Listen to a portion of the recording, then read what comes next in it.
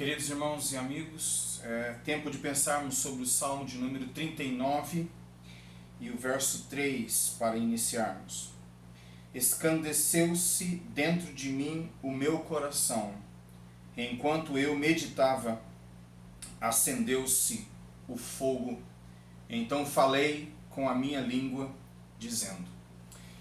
E este Salmo número 39, ele fala sobre um drama. Spurgeon descreve esse drama como um vulcão, este ser humano que está com lavas queimando e acesas e fervendo dentro dele, e esta lava precisa, como a semelhança de um vulcão em erupção, ser colocada para fora.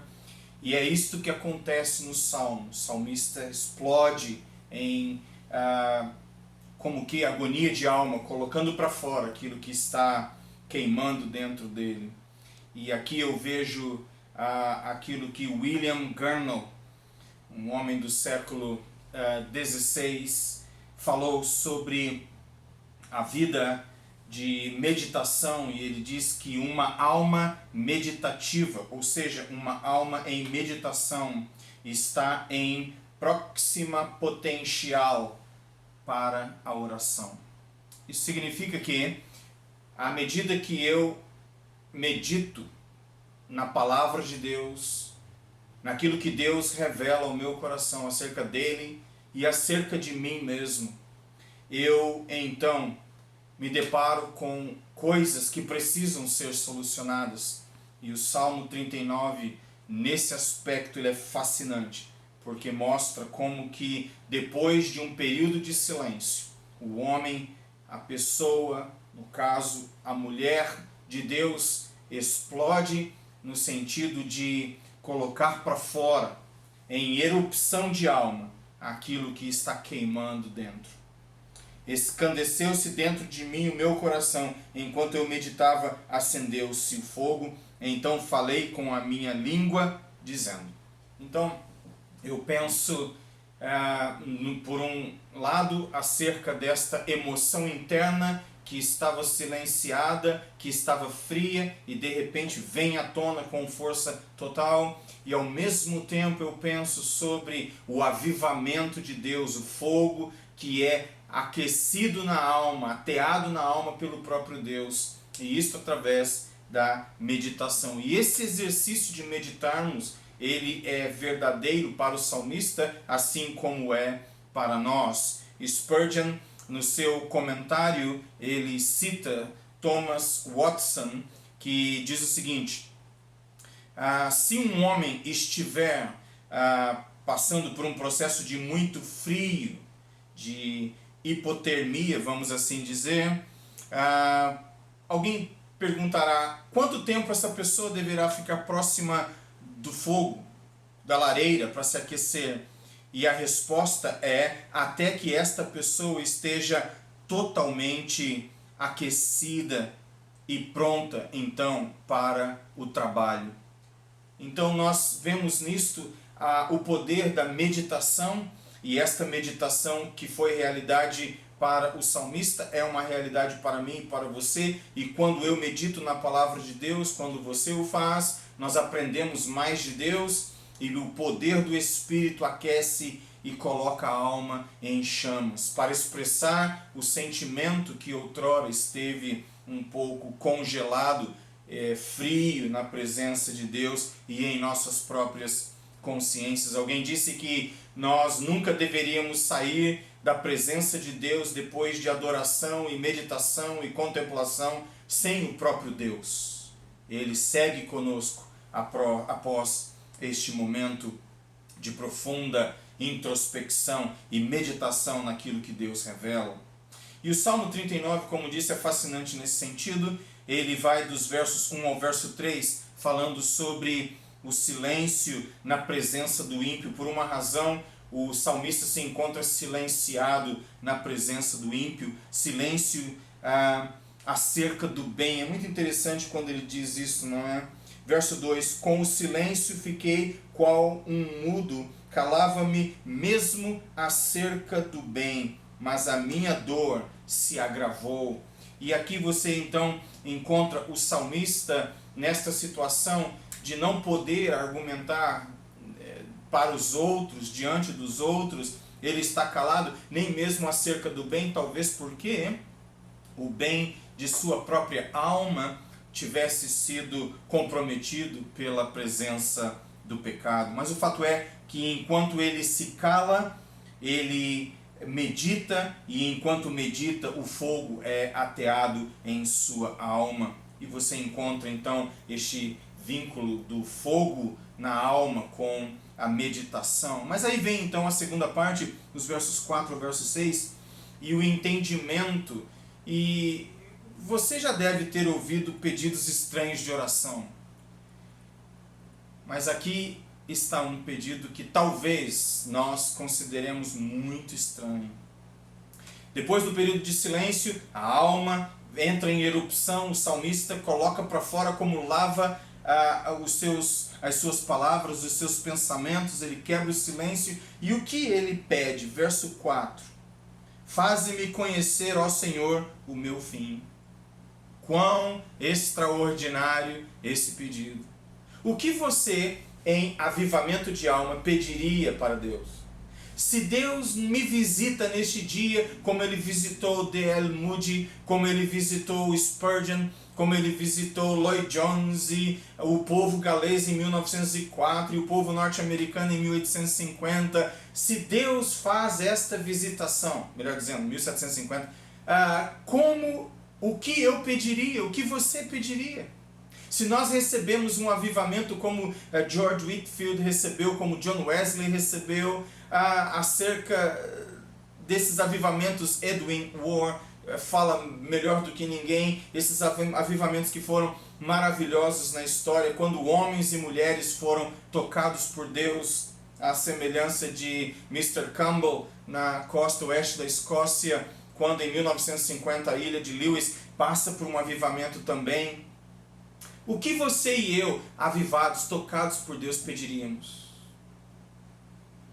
E aqui o salmista diz: faze-me conhecer, ó Senhor, o meu fim, e qual a medida dos meus dias, para que eu saiba quão frágil sou. Eis que mediste os meus dias a palmos, a tempo de minha vida. O tempo de minha vida é como que nada diante de ti. Na verdade, todo homem, por mais firme que esteja, é totalmente vaidade. E ele segue no verso 6, na verdade todo homem anda qual uma sombra, na verdade em vão se inquieta, amontoa riquezas e não sabe quem as levará. Então o salmista, ele está expressando esta preocupação, e aqui Matthew Henry corretamente mostra que o salmista não está pedindo a data do seu falecimento. O que ele está pedindo é que, depois de ter experimentado a frieza, o que quer que tenha causado essa frieza, esse afastamento, esse se silenciar diante dos homens, diante do próprio Deus, em sua consciência também, ele frio e indiferente, de repente ele experimenta o aquecimento de alma, e aí vem a questão, o que ele pede não a data, não o fim de sua vida, mas que Deus, através deste mover, mostre para ele a gravidade do que é a vida e quão rapidamente ela passa. E Matthew Henry diz que ele quer saber o que a morte é, depois ele quer saber quão próxima a morte está, e por fim Matthew Henry diz que ela que estará continuamente trabalhando dentro dele, o salmista, para que ele esteja preparado para ela, quando ela chegar a saber a morte. Quão fascinante o pedido de uma pessoa avivada, uma mente aquecida. Quando ele abre a boca para falar, ele fala sobre o que? Faze-me saber o meu fim. Você concorda comigo que esta é uma oração estranha? Porém, absolutamente necessária, porque leva o salmista então a sentir esperança, que vai dos versos 7 ao verso 8. E já que este é o caso, já que a vida é tão frágil, já que a vida é tão rápida, qual é a alternativa? E a alternativa para o salmista é esperança no Senhor, livramento do pecado e a própria libertação da vergonha. É isto que o salmista quer, em oposição à fragilidade e à pressa com a qual a vida passa. Ele quer estabilidade. Já que a vida é assim tão frágil e tão passageira, eu quero conhecer a esperança, o livramento e a libertação. A esperança no Senhor, o livramento do pecado e a libertação da vergonha. Mas o salmista fala dos versos 9 ao verso 11 sobre a disciplina do Senhor e a correção do Senhor. Verso 9, a palavra de Deus diz: emudecido estou, não abro a minha boca, pois és tu que agiste, tira de sobre mim o teu flagelo, estou desfalecido pelo golpe da tua mão. Quando com repreensões castigas o homem, por causa da iniquidade destróis, como traça o que ele tem de precioso. Na verdade, todo homem é vaidade. E aí ele diz: Senhor, eu tenho me silenciado, eu tenho sido emudecido, é verdade, e isto por causa da disciplina do Senhor em minha vida, disciplina que castiga a impiedade, esta disciplina que mostra de fato a fragilidade do que eu sou, do que é a vida, e por esta razão eu te busco, ó Senhor, e quero que o Senhor avive minha vida e que o Senhor me mostre o fim de todas as coisas, para que, em conhecendo o fim de tudo isto, da minha própria existência, não em termos de data, como disse, mas em termos de qualidade de vida, eu possa viver bem em tua presença. Os versos 12 ao verso 13, o salmista ora e ele fala sobre este escrutínio, esta avaliação do Senhor que acontece na alma. Meu querido amigo, minha querida irmã, lembre-se de uma coisa: quanto mais nós nos aproximarmos do altar, mais a chama nos aquecerá. Quanto mais nós nos aproximarmos do trono da graça, tanto mais a luz de Cristo irá nos iluminar. E isto significa que ele traspassará a alma, não com uma espada, mas com o conhecimento dele, que vem através da espada viva, que é a palavra, e mostra para nós quem nós realmente somos. Em meus momentos de meditação, eu sempre oro pedindo que a palavra revele para mim quem Deus é e, consequentemente, quem eu sou na presença dele. E nem sempre é fácil. Nem sempre é fácil entender e aceitar o que eu sou na presença do Deus Santo Todo-Poderoso. Mas ele me ilumina, ele traspassa, ele esquadrinha. Mas aqui o salmista diz algo extraordinário. Uma coisa é eu me silenciar, outra coisa é Deus ficar calado. E a palavra do Senhor diz, dos versos 12 ao verso 13: ouve, Senhor, a minha oração e inclina os teus ouvidos ao meu clamor. Não te cales perante as minhas lágrimas, porque sou para contigo como um estranho, um peregrino como todos os meus pais.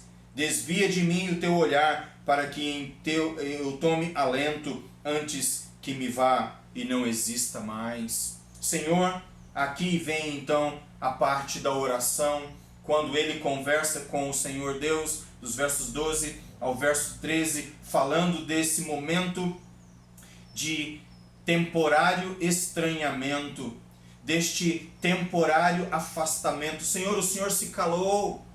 Nós não estamos mais na mesma página, houve um distanciamento, volta para mim, porque a menos que o Senhor fale, a menos que o Senhor olhe para mim novamente, a vida de fato será finalizada. E ele diz: por favor, Senhor, pare e olhe de novo, para que eu tenha alento na alma, antes que o fim chegue, antes que tudo seja finalizado. Volte os seus olhos para mim. Fale de novo comigo, Senhor. Atenda a minha oração. Ouça as minhas lágrimas. porque sou para contigo um estranho. Assim ele se sentiu por um momento, mas na alma ele está com o Senhor, na vida ele está na presença do Senhor. Desvia de mim o teu olhar, para que eu tome alento antes que me vá e não exista mais. Em outras palavras, Senhor, eu sei quem eu sou, eu sei o que eu fiz, eu sei do esfriamento, mas eu voltei, eu estou aquecido, minha alma está como que labaredas de fogo, como lava que está em erupção naquele vulcão existencial. Senhor, eu estou assim na tua presença, fala comigo. E agora, tendo feito o esquadrinhamento de alma, tendo analisado e me ajudado a perceber o meu predicamento, Senhor, agora me ajude a encontrar alento em Ti mesmo. Oh, irmãos, isso é relacionamento, não é? Isso não é religião. Isto é relacionamento. E há vasta diferença entre uma coisa e outra. Por isso que a Bíblia é viva e o relacionamento com Cristo vivo também. Apocalipse capítulo 19, verso 11. E vi o céu aberto, e eis um cavalo branco, e o que estava montado nele chama-se Fiel e Verdadeiro, e julga e peleja com justiça. Os seus olhos eram como chama de fogo, sobre a sua cabeça havia muitos diademas, e tinha um nome escrito que ninguém sabia senão ele mesmo. Estava vestido de um manto salpicado de sangue, e o nome pelo qual se chama é o Verbo de Deus. Seguiam-no exércitos que estão no céu em cavalos brancos e vestidos de linho fino, branco e puro. Da sua boca saiu uma espada afiada para ferir com ela as nações. Ele as regerá com a vara de ferro, e ele mesmo é o que pisa o lagar do vinho do furor da ira do Deus Todo-Poderoso. No manto sobre a sua coxa tem escrito o nome: Rei dos Reis e Senhor dos Senhores. E os olhos dele, diz Apocalipse, eram como chama de fogo. E a minha oração, meus queridos, é que nós experimentemos o calor de Cristo em nossas vidas, e que Ele, olhando para nós, aqueça a alma, que Ele esquadrinhe, que Ele investigue, que Ele revele o que está errado, mas também afirme o que está certo, e assim possamos encontrar alento, não somente para esta vida, mas para toda a eternidade. Que Deus te abençoe e que te faça o seu coração se aquecer com este salmo, como fez com o que o meu coração se aquecesse. Encandeceu-se dentro de mim o meu coração. Enquanto eu meditava, acendeu-se o fogo. Então falei com a minha língua, dizendo. Que Deus nos abençoe neste sentido, que os nossos corações estejam em chamas e que nós possamos falar com Deus verdadeiramente e honestamente acerca de tudo aquilo que envolve as nossas vidas. Até que, no altar do nosso coração, o fogo santo e poderoso da devoção queime mais fortemente e mais altamente do que nunca. E que para isto mesmo o Senhor Deus Trino de Israel nos ajude. Até a próxima.